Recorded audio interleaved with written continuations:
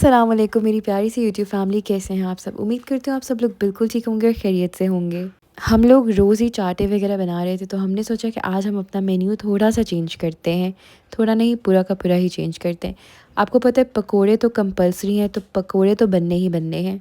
सहरी की प्रिपरेशन भी हम अभी से कर रहे हैं। सहरी के लिए हम बना रहे हैं टींडे, क्योंकि इफ्तारी के बाद ना कुछ भी करने की हिम्मत नहीं होती है।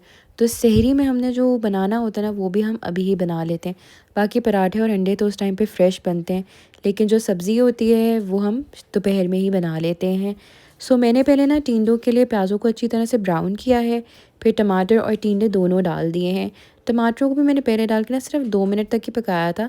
उसके बाद मैंने अपने टींडे डाल दिए हैं और मैंने इसमें स्पाइसेस में नमक, लाल मिर्च, हल्दी, ज़ीरा और सूखी धनिया, ये सब मैंने इसमें ऐड कर दिया है। कभी कभी ऐसा होता है दैट आपके पास जो आपने एक दिन पहले चाट वगैरह बनाई होती है वो पड़ी होती है। सो हमारी ये पड़ी हुई थी, तो हमने सोचा कि दही भल्लों को हम थोड़ा सा फ्रेश कर लेंगे और हम इन्हीं को ही रीयूज़ कर लेंगे, क्योंकि बिल्कुल ठीक है। इसलिए we will be using this again, क्योंकि यू कैन सी ये काफ़ी ज़्यादा हैं, तो नए बिल्कुल बनाने की ज़रूरत नहीं। और आज हमारा मेन्यू भी चेंज था और प्लस ये थे, तो हमने सोचा इसको हम ऐड कर लेते हैं, क्योंकि मम्मा शौक़ से खाती हैं तो ये वो ज़रूर चखेंगी। ये देखें, ये हमारे दही भल्ले जो हैं ये कल के हम यूज़ कर रहे हैं। फ्रूट चाट भी थोड़ी सी पड़ी हुई थी, तो मैंने ना उसको छोटे से बॉक्स में शिफ्ट कर दिया, क्योंकि ये बड़े बड़े जो बॉक्सेस होते हैं ये ना फ्रिज में बहुत जगह ले लेते हैं।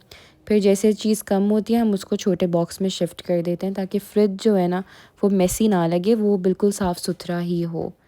क्योंकि अभी हमने जामे शीरी वगैरह भी बनाना है, तो उसके लिए भी ना we need space in our fridge.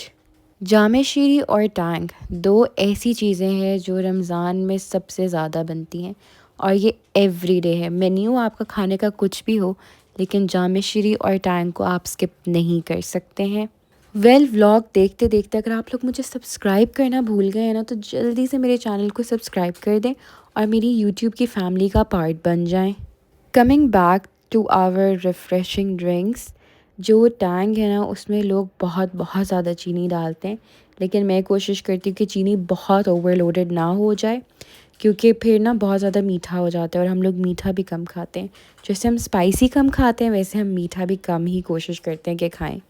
Honestly Ramzan में दिल करता है कि इंसान ना अपना वेट लूज़ करे, लेकिन जितनी मज़े मज़े की चीज़ें बनी होती हैं ना, इनके होते हुए तो ऐसा हो ही नहीं सकता है। रमज़ान में we are fasting, but at the same time हम इतनी फ्राइड चीज़ें खाते हैं, चीनी वाली चीज़ें खाते हैं, कि जो हमें लगता है ना we might lose our weight, हम उतना ही गेन करना शुरू हो जाते हैं। Even though I am trying, क्योंकि रमज़ान के फ़ौरन बाद हमारे इधर शादियाँ वगैरह हैं, जिसके लिए आई एम ट्राइंग कि आई लूज़ सम वेट, लेकिन आई नो इवेंचुअली ऐसा नहीं होना। It's just me satisfying my mind. खैर, मेरा टैंक तो रेडी हो चुका है। अब अगला स्टेप है दूध और जामे शीरी। कुछ लोग जो है वो खाली जामे शीरी पसंद करते हैं, लेकिन हमारे घर में दूध जामे शीरी पसंद करते हैं, क्योंकि obviously milk gives you good energy, और प्लस दूध पी के ना ठंडा ठंडा सा भी फ़ील होता है। मुझे तो होता है पर्सनली, डोंट नो बाकियों को कैसा फ़ील होता है।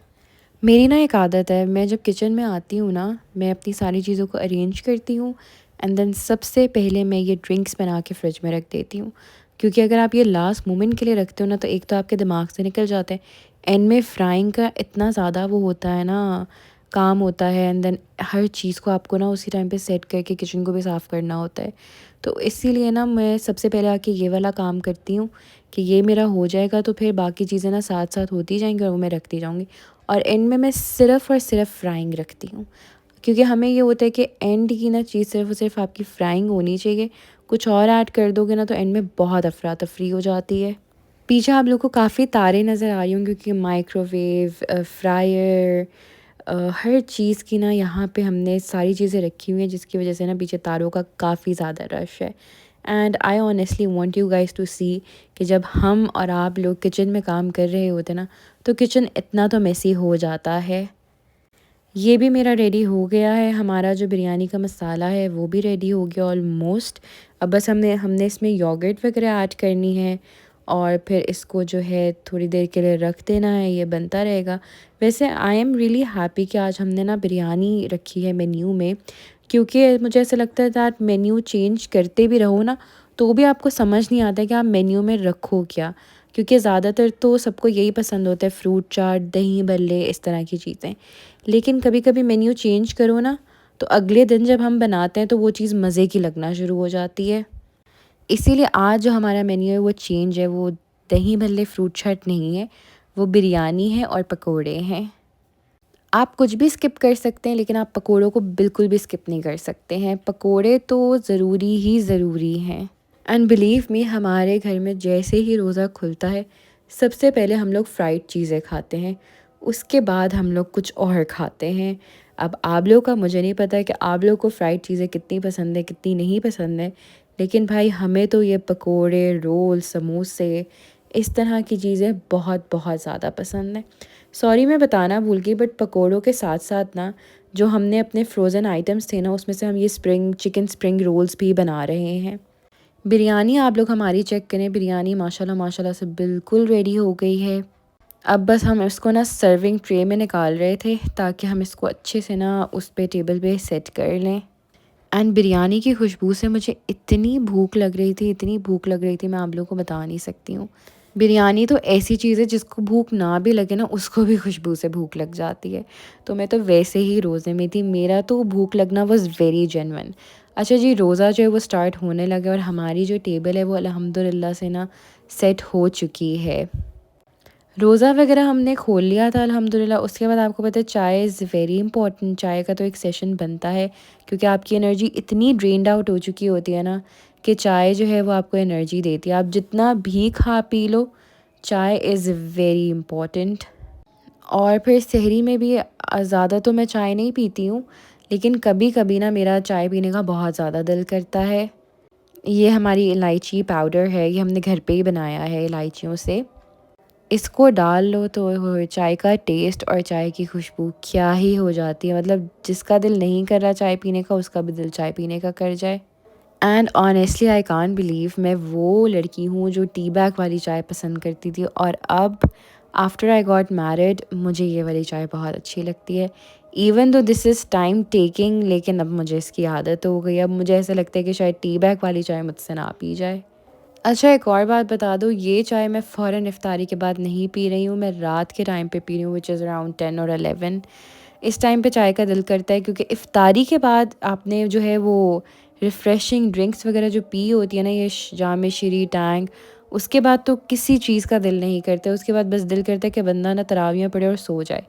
लेकिन मैं सोती नहीं हूँ, क्योंकि मुझे पता है मैं एक दफ़ा सो जाऊँ तो मेरे लिए उठना बड़ा मुश्किल हो जाता है। मुझे होता है कि मैं ना आराम से तरावियाँ शरावियाँ पढ़ के कुछ खा पी के फिर मैं सोती हूँ, और फिर मैं सहरी के करीब उठती हूँ। चाय जो है वो मेरी रेडी है, और इस टाइम तक ना मुझे थोड़ी बहुत भूख भी लगनी शुरू हो गई थी। तो मैंने सोचा कि मैं बटर और स्लाइस ले लूँगी विद माय टी। मुझे चाय का शौक़ बहुत है, लेकिन चाय मुझे बहुत ज़्यादा भी पीनी नहीं अच्छी लगती है। मतलब I can not have a full cup, मैं थोड़ी ही लेती हूँ। खैर जी, अब यहीं पे I will be ending my vlog. सबसे पहले thank you so much for watching. अगर आप मेरे चैनल पे नए हैं और आपने चैनल को अभी तक सब्सक्राइब नहीं किया है, तो जल्दी से सब्सक्राइब कर दें और मेरी यूट्यूब की फैमिली का पार्ट बन जाएं। वीडियो को लाइक कर दें, अपना थॉट शेयर करें बाय कमेंटिंग। दुआओं में याद रखिएगा, अपना बहुत ज़्यादा ख्याल रखिएगा। अल्लाह हाफिज़।